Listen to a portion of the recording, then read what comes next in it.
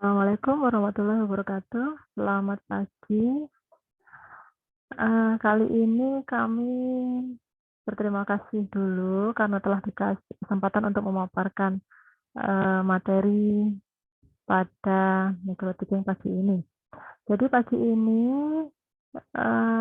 saya akan memaparkan materi tentang segmentasi pasar. Sebelumnya saya perkenalkan diri, nama saya Azri Abdiani dari Sekolah Tinggi Ilmu Ekonomi 45 Mataram. Nah, sebelum kita masuk ke materi inti, ada kemampuan akhir yang diharapkan atau yang direncanakan pada materi kali ini. Jadi di sini kita mengharapkan pada akhir mata kuliah ini, mahasiswa mampu memahami bagaimana cara mengidentifikasi segmen pasar. Kemudian, apa indikator dari keberhasilan capaian pembelajaran tadi? Nah, setelah mengikuti mata kuliah ini, mahasiswa mampu mengidentifikasi dan juga menganalisis segmen pasar. Nah, sebelum kita membahas tentang pengertian dari segmentasi pasar, bisa dilihat dari gambar-gambar yang ada di sini. Jadi di sini ada banyak orang dengan latar belakang yang berbeda. Bisa dilihat dari buletan kecil yang di atas, di situ perbedaannya bisa dari pendapatannya, kemudian gaya hidup, umur, kemudian ukuran keluarganya, kemudian pengaruh dari lingkungan luar. Nah, dari sini apa yang bisa disimpulkan? Apa yang disimpulkan dari gambar di atas? Ya, nah dari gambar di atas kita bisa menyimpulkan bahwa di situ ada berbagai macam keinginan konsumen yang banyak atau biasa disebut dengan heterogen. Heterogen itu berbagai macam dasarnya. Kemudian dari keinginan konsumen yang beraneka ragam itu, bagaimana produsen mampu memenuhi keinginan konsumen di pasar? Mampu enggak? Kemudian jika perusahaan tidak mampu memenuhi semua keinginan pasar, apa yang harus mereka lakukan?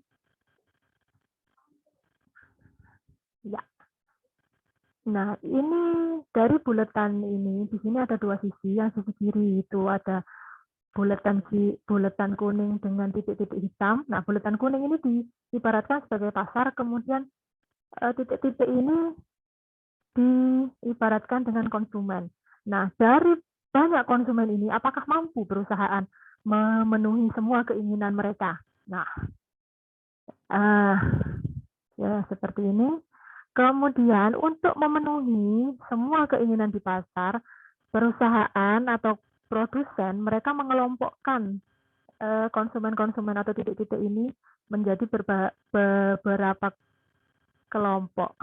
Ya, bisa dilihat di sini ada beberapa buletan, ada yang berwarna biru, hijau, kuning, ungu, dan juga merah. Nah, di sini produsen melakukan pengelompokan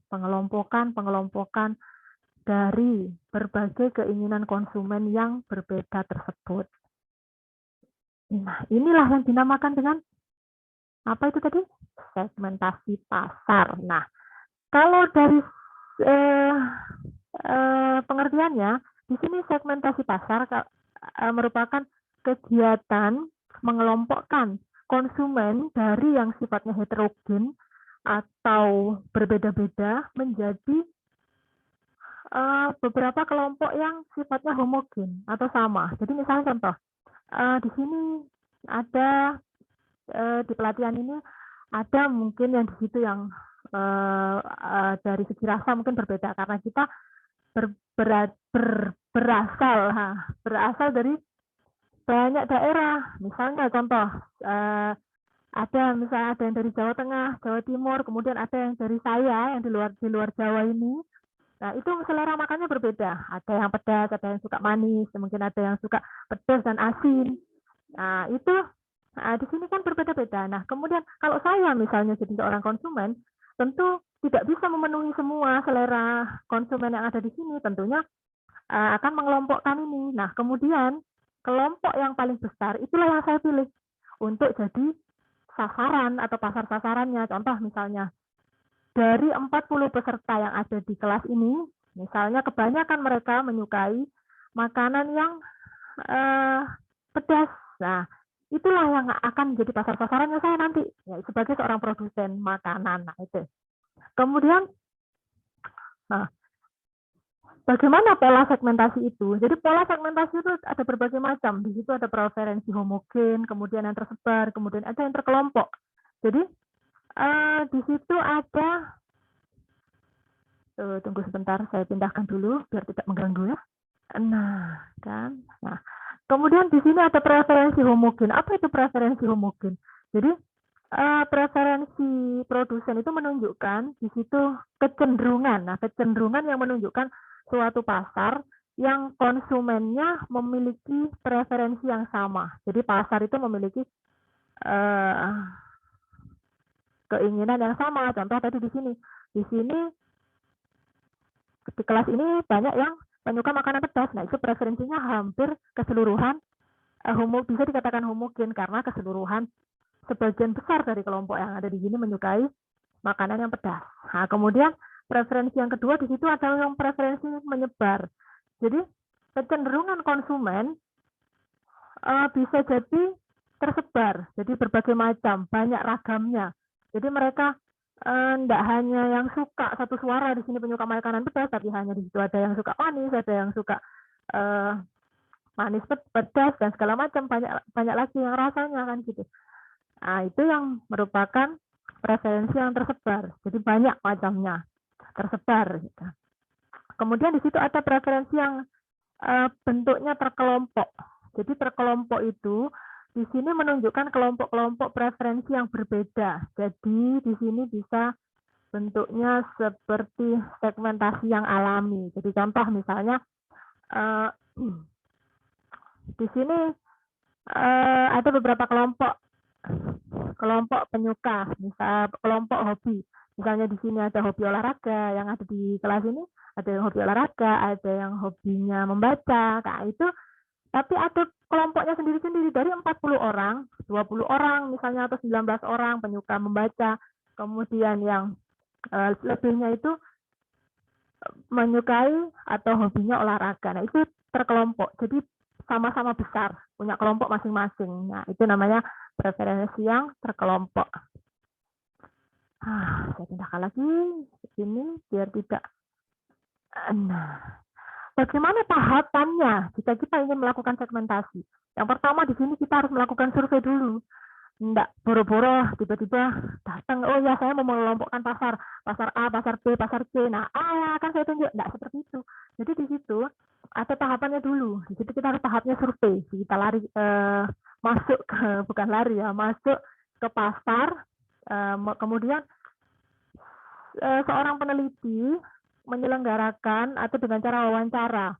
Mereka mewawancara apa keinginan dari konsumen. Nah, dari jawaban dari konsumen tersebut akan didapat atau disimpulkan keinginan dari konsumen tersebut. Apa motivasinya, bagaimana sikapnya, bagaimana perilakunya. Nah, perilaku ini yang menjadi dasar dari segmentasi itu.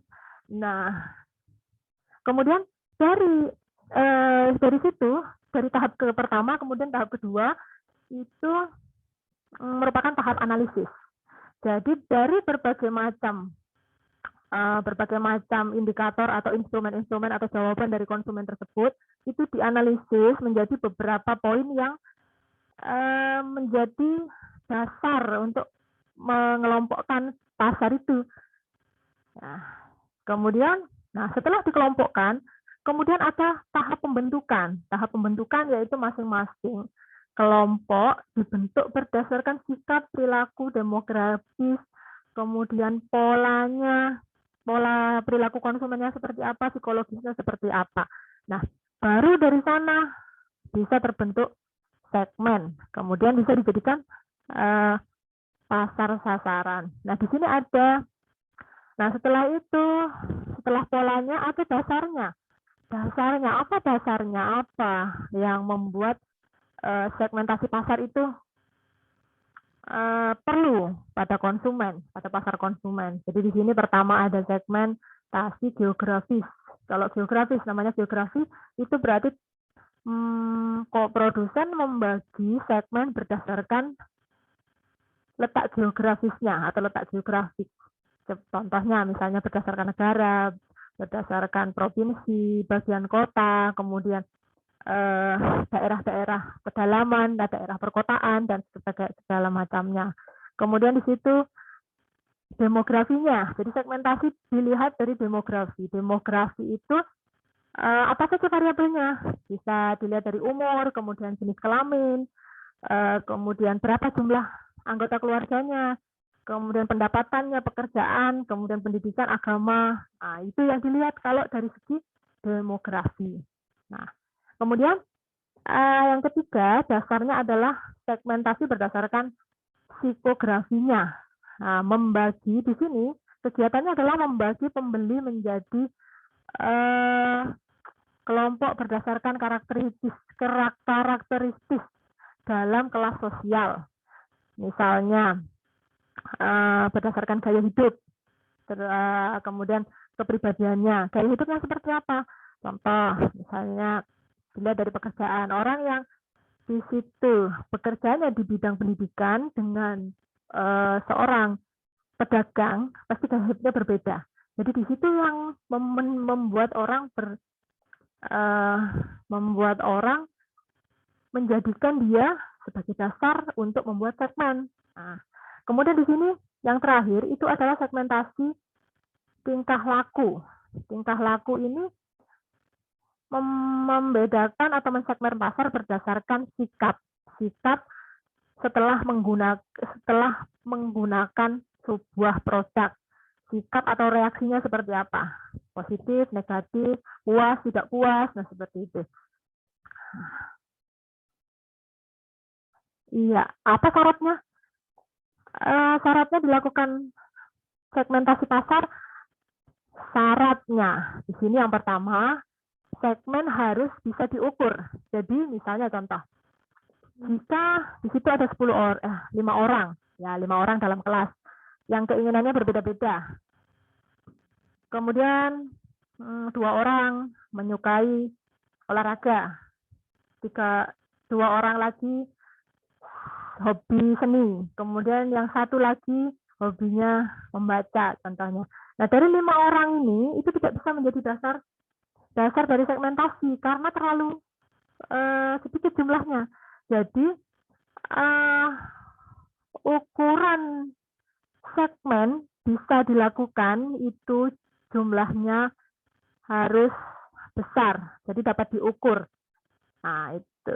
Kalau hanya sedikit 5 orang, mungkin produsen bisa mengikuti apa yang diinginkan konsumennya. Nah, kemudian syarat yang kedua di sini adalah besar. Besar ini berarti cukup besar untuk dilayani. Seperti yang contohnya tadi dari 5 orang. 5 orang, kenapa harus disegmen? Kenapa tidak dilayani aja semuanya? Apa sih keinginannya mereka? Gitu. Kemudian besar di sini dalam artian setelah mengelompokkan pasar, yang paling besar itu yang akan dilayani atau difokuskan ke sana oleh produsen. Seperti itu. Nah, syarat yang ketiga itu bisa diakses. Jangkauannya bisa dilayani. Bisa dilayani contohnya, misalnya